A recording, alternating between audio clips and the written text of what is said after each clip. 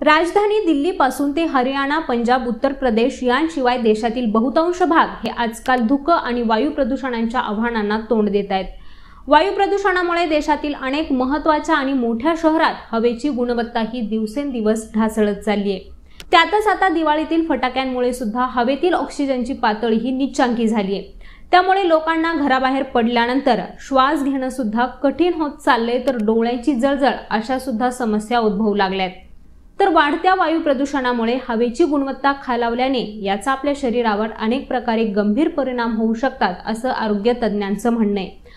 म्हणजेच दीर्घ काळापर्यंत श्वसनाचे विकार, हृदयविकार आणि अगदी मानसिक आरोग्याच्या समस्या सुद्धा निर्माण होण्याचा धोका असल्याचं आरोग्य तज्ञांकडून सांगण्यात येते।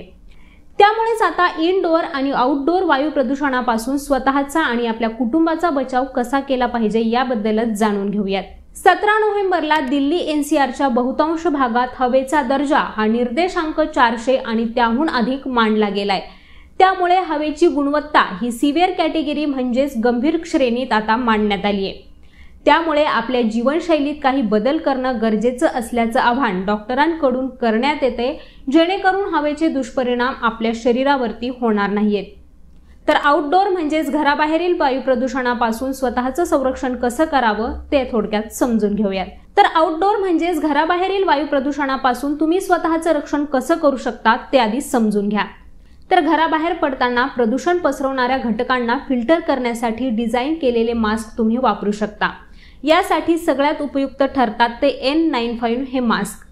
तर साध्या कपड्यांपासून बनवलेले मास्क सुद्धा तुम्ही वापरू शकता। महत्त्वाचं म्हणजे मॉर्निंग वॉकसाठी बाहेर न जाता घरीच सराव करा, असा सल्ला डॉक्टरांकडून वारंवार देण्यात येतोय। तर श्वसन मार्गासोबतच प्रदूषित हवेपासून डोळ्याच्या आरोग्याचं रक्षण करणं सुद्धा तितकंच महत्त्वाचं आहे।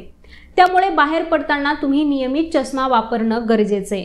तर काही अभ्यासातून असं दिसून आलं आहे की घरातील प्रदूषण म्हणजेच इनडोअर प्रदूषण हे बाहेरील प्रदूषणा इतकंच आरोग्यासाठी हानिकारक आहे। आणि हे टाळण्यासाठी तसंच घरातील प्रदूषणाची पातळी कमी करण्यासाठी एअर प्युरिफायरचा वापर केला जाऊ शकतो। जर तुम्हाला दम्यासारख्या आजारांचा त्रास असेल तर हे जास्त फायदेशीर ठरतात। याशिवाय घरात आणि खोलीमध्ये व्हेंटिलेशन असणं हे सुद्धा तितकंच महत्त्वाचं आहे। तर अशा प्रकारे तुम्ही घरातील प्रदूषण कमी करण्यासाठी आणि घरातील हवा खेळती राहण्यासाठी हे उपाय करू शकता। प्रदूषणाच्या धोक्यापासून आरोग्याचं संरक्षण करण्यासाठी नियमितपणे व्यायाम करणं हे सुद्धा तितकंच महत्त्वाचं आहे।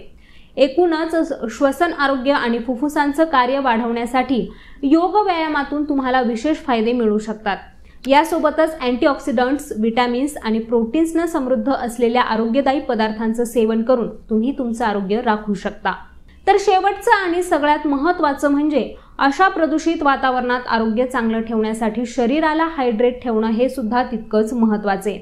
त्यामुळे दररोज किमान जास्तीत जास्त पाणी पिण्याचं उद्दिष्ट प्रत्येकानंच ठेवायला पाहिजे। तर यांसारख्याच विषयांबद्दल जाणून घेण्यासाठी लेट्सअप मराठीला सगळ्याच सोशल मीडिया हँडलवरती फॉलो करायला विसरू नका।